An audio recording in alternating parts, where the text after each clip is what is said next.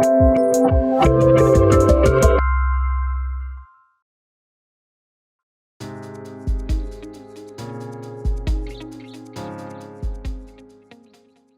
name is Brashear, and I'm going to talk about platform development. Actually, at the New York Times, we didn't understand how important this was for our Android and iOS apps until very recently, but we now consider it an essential component in shipping these products. So to set the stage, first a little bit about the Times. You may have heard that print is declining, but fortunately, the business model is still intact. Our readers have just changed how they want to consume our content, and they want to consume it digitally. So much so that app growth has been explosive, and we've been racing to keep up with features and functionality while expanding our view of what we can do through this medium. I joined the New York Times 4 years ago as an engineer working on this challenge. We were moving quickly to be the first to deliver features that mattered, like offline reading, rich interactive articles, and a host of new storytelling vehicles before our competitors. And now our apps top the charts under news and magazines in both the Google Play Store and the iOS App Store. So recently, I transitioned to my current role as a product manager on the app platforms team to tackle another significant challenge. How do we continue to evolve and build all these amazing features faster while providing a stable infrastructure? Our solution to a stable infrastructure was investing in platform development. To illustrate what I mean when I talk about a stable infrastructure, let me give you a little background. So when I first started as an iOS engineer, I know, on our team, we were approaching a crossroads. At that time, we had 2 different apps in the store, one for the iPhone and one for the iPad. And the iPad app was giving us a lot of trouble. It had originally been written as a prototype, but in order to make sure we were in the store day one when the iPad came out, we just went ahead and shipped it. Big surprise, that decision was starting to catch up to us. So we were at a place where we couldn't ship the same features to the iPad that we're shipping to the iPhone because the iPad was so unstable that changes usually required a lot of work and careful regression. A further complication was that our app was written in Objective-C, and Apple had just brought Swift into the mix, which a lot of us were super excited to get started with. So we couldn't develop on the iPad, and we were using old tech. So we knew we had a platform problem. As engineers, a lot of us were thinking, well, if we could just rewrite the whole thing in this new language, we would build it completely differently. We would give it a really solid foundation, take advantage of all these more modern practices, functional Swift, reactive programming, responsive layouts, and so on. Well, we never imagined that the New York Times would actually be cool with that. This was a huge ask that meant we could not ship any new features to the iOS app for a full year, which in this business and industry is a crazy amount of time. But the powers that be said, okay, build it from the ground up and in such a way that we never have to do this again and that we'll be able to ship features faster in the future. And we were kind of like, well, It's as if you're holding a bank hostage and you give the SWAT team your list of demands, and next thing you know, they actually pull up with the private plane. Well, we never thought you would do that, so now what? That's kind of how we felt. We did completely rewrite the app in Swift and didn't add a single feature for a full year and a half to our iOS app. Surprise, a massive long-term software project wasn't finished on time. But we architected it in such a way that will make it easy to build on for years to come and would allow us to ship new features faster. We worked hard to establish best practices to prevent the code base from returning to a dumpster fire. We froze the most successful news app in the country for a year and a half adding no new features while our competitors were catching up and trying to surpass us. It was a gutsy investment in the platform, but we made it because platforms matter. So just as we had rebuilt this platform, we were confronted with organizational changes that made it difficult to manage ongoing changes to our iOS and Android apps. We had traditionally been organized around mobile technologies, Android and iOS, with engineering teams working separately within their technologies to try and deliver similar features. So there are pros to this model. Post-rewrite, having every iOS or Android engineer on the same team made it easy to advocate for the technical integrity of the app, as all people contributing to those code bases were centralized in one unit. There are also cons. The apps are a huge part of our business, and we only had one product manager working on each mobile platform. Feature development was much slower. So the Times recognized this and decided to infuse more product thinking into app development and appoint product owners for different features in the app. So this became this. Our two technology-based teams morphed into many product teams based around features. So instead of two core teams that controlled everything that went in and out of the code base, there were now many feature-focused teams with both iOS and Android developers that were separate in structure but all committing to the same two code bases.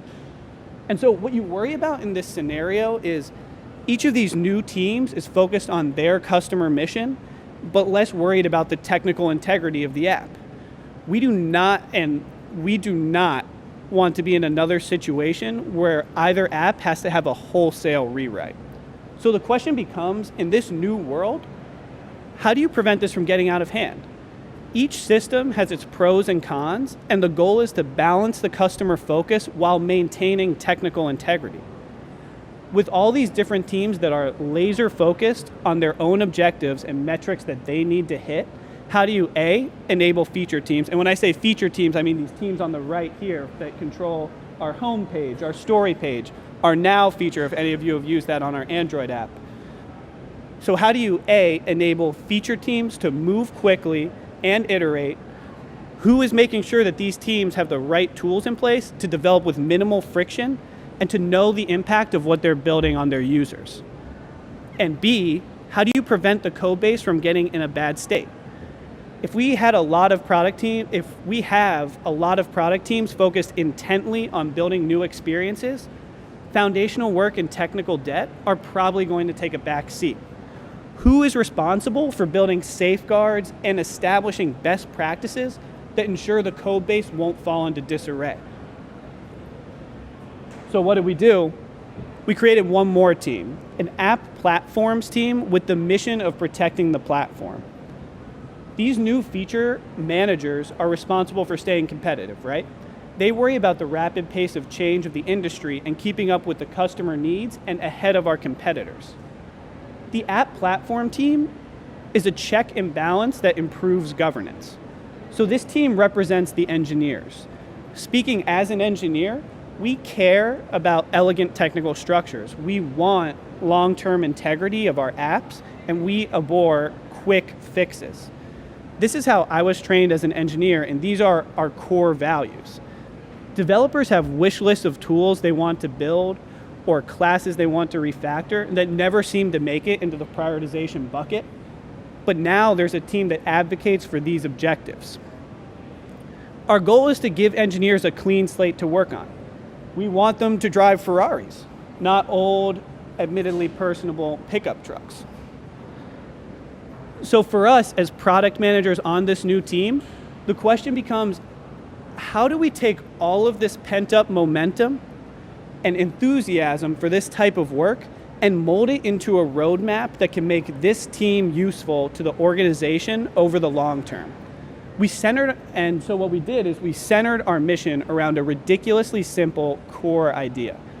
Make the New York Times the best place to make apps. Building from that core tenet, we made our responsibilities more concrete. We're going to focus on platform development in our native apps. How do we define platform development in the context of our apps? Platform development is work that enables our engineers, designers, product and project managers, or anyone shipping to our apps to build quickly, know the impact of what they've built on our users, know the impact of what they've built on the health of our apps, and to have a stable code base to build on for years to come. So these are the things we care about, and when we consider taking on a project, we ask if that project advances any one of these core responsibilities. So next we defined our stakeholders. I've mainly talked about feature teams in the context of our core news app, but we have shared libraries that are used by other apps in the company, namely cooking and crosswords. It's our job to support these ventures as well. So what does this look like in practice? One example of a challenge our team has worked on is compile time. We talked to our engineers trying to understand what parts of their process are a huge drag, and compile time was always at the top. And rightfully so. Long compilation times are a huge drag. If you're tweaking the UI and trying to position something just right, you don't want to wait 10 minutes between each iteration. This is something we believe our team needs to address. We've looked into a few options to combat it, from the way we package our dependencies to enabling engineers to build UI in Swift playgrounds. While this may seem like a small burden in isolation, it adds up quickly. You don't compile your code once a day, you compile your code a lot every day. The bottom line is that this has an impact on feature teams, our feature teams' ability to deliver, so we care about solving it. Another example is our release cycle. Marrying quality and velocity is especially tricky. What are ways we can reduce friction without compromising the quality of our apps? So we took another look at our release cycles. Code freeze and regression are extremely important parts of shipping a stable app, but they can also be a pain. Our current cycle is 2 weeks. We code freeze after the first week and cut a release branch, while development can continue on the main branch. But developers have to be on call to triage issues that come up from regression testing during this time. And while these issues are often small, context switching is hard. Your productivity always suffers when you have to be taken out of whatever you're working on to work through some regression bug. So identifying this as an area we could improve, we're exploring a lot of options, one of which is automated testing. If we could run an automated test suite non-stop while active development is going on, we could identify issues earlier in the process and cut down the amount of time we spend in dedicated regression with our QA team and the amount of time our developers have to be on call. This is just an example of something that a platform team could investigate. Identifying a problem area in our process and facilitating the creation of tools to mitigate that strain. So our team is successful if we're able to do the following. Enable our feature teams to succeed because they satisfy our users, and enable our developers to succeed because they build a viable platform. We haven't been around long enough for a true quantitative assessment of our impact against these metrics, but qualitatively and based on the features we've been able to ship this year, we feel having a platform team, our team, has made a substantial impact on the New York Times' ability to deliver a quality experience to our users on the native iOS and Android platforms. So what we've talked about is pretty specific to the New York Times and the challenges we had to solve for. Before we go, I want to share 5 learnings that through our experiences, we feel are the most important things our platform team should be thinking about going forward. So number 1, evangelize quality. How can we enable teams to move quickly without compromising the quality of our products? As a platform team, our goal is to make it as simple and painless as possible for feature teams to care about the quality of our apps. Otherwise, they won't. Maintaining a stable code base isn't something that can fall on one team. Everyone needs to buy in, and eliminating any roadblocks to that consensus should be a core tenet of our team. I mentioned earlier that as a platform team, we want to help feature teams know the impact of what they're building on the health of our apps. What are some ways we can do that? Surfacing quality metrics is one. SLOs are a great tool for apps just as they are for any API or service.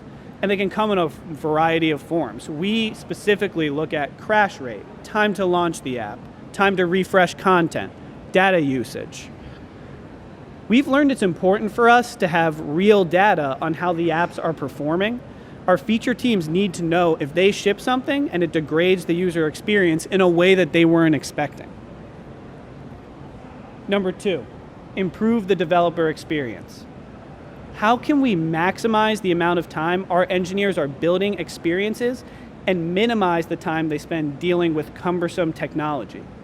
We talked about compile time before, but there are tons of other daily bottlenecks and productivity drains that our developers can run into. Another challenge we're looking at is our Android CI system. In its current state, it's become a burden for our developers, and we're working on ways to alleviate the immediate pain and chart a path forward that's sustainable in the long run.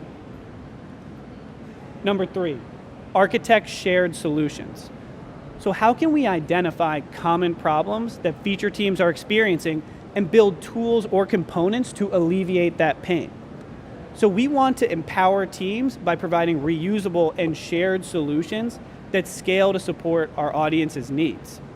Some examples of what we're building at the Times are an A/B testing framework. We want to make it as easy as possible for feature teams to run experiments and determine what the best way to serve our users is. If we can make it ridiculously simple to spin up an A/B test, our teams can validate their hypotheses and iterate faster. We believe that solving these common problems in the development ecosystem will enable the Times to ship better products faster. So number 4, avoid gatekeeping. And this one's a little different than the others, but nonetheless very important. How can we position ourselves as facilitators and consultants instead of gatekeepers? So I think the nature of our work tends to attract more senior level engineers. And actually when we created the team, it was completely comprised of senior Android and iOS engineers. So while this is obviously a good thing, I mean, I'm not going to complain about having an extremely competent team. There are risks in this model. We found it's important to not become gatekeepers. We don't want engineers on feature teams to feel like they have to approve how they're building something specifically with our team. We want them to instead feel like they can work with us to design something if they're unsure of the right approach. We want other teams to view us as consultants, not police. Otherwise, that can create a toxic atmosphere. And finally, defining the future of engineering and technology at the organization. So clearly save the smallest one for last. What new technologies and practices should we be advocating for in our apps? So our developers are active members in both the iOS and Android communities and are always ready to drive ahead with new architectural ideas that are coming to the industry that make developing apps awesome. So we're actively right now pushing modularization on both our iOS and Android apps, incorporating more and more Kotlin, thinking about ways we can centralize and protect our users' data, integrating GraphQL, and pushing standards and best practices when we onboard new engineers, and many more. We think it's really important that developers are excited about using our code base, and we need to be using technology that makes the most sense for our business in order to deliver a world-class experience to our users. So these are the 5 takeaways we thought were most meaningful from our journey creating an app platforms team. But our journey is not over. We're still growing. In fact, we're hiring. So if any of this interests you, the app platforms team is looking for Android developers. Come find me after or stop by our booth and would love to chat. Thanks for your time. It's been great talking with y'all.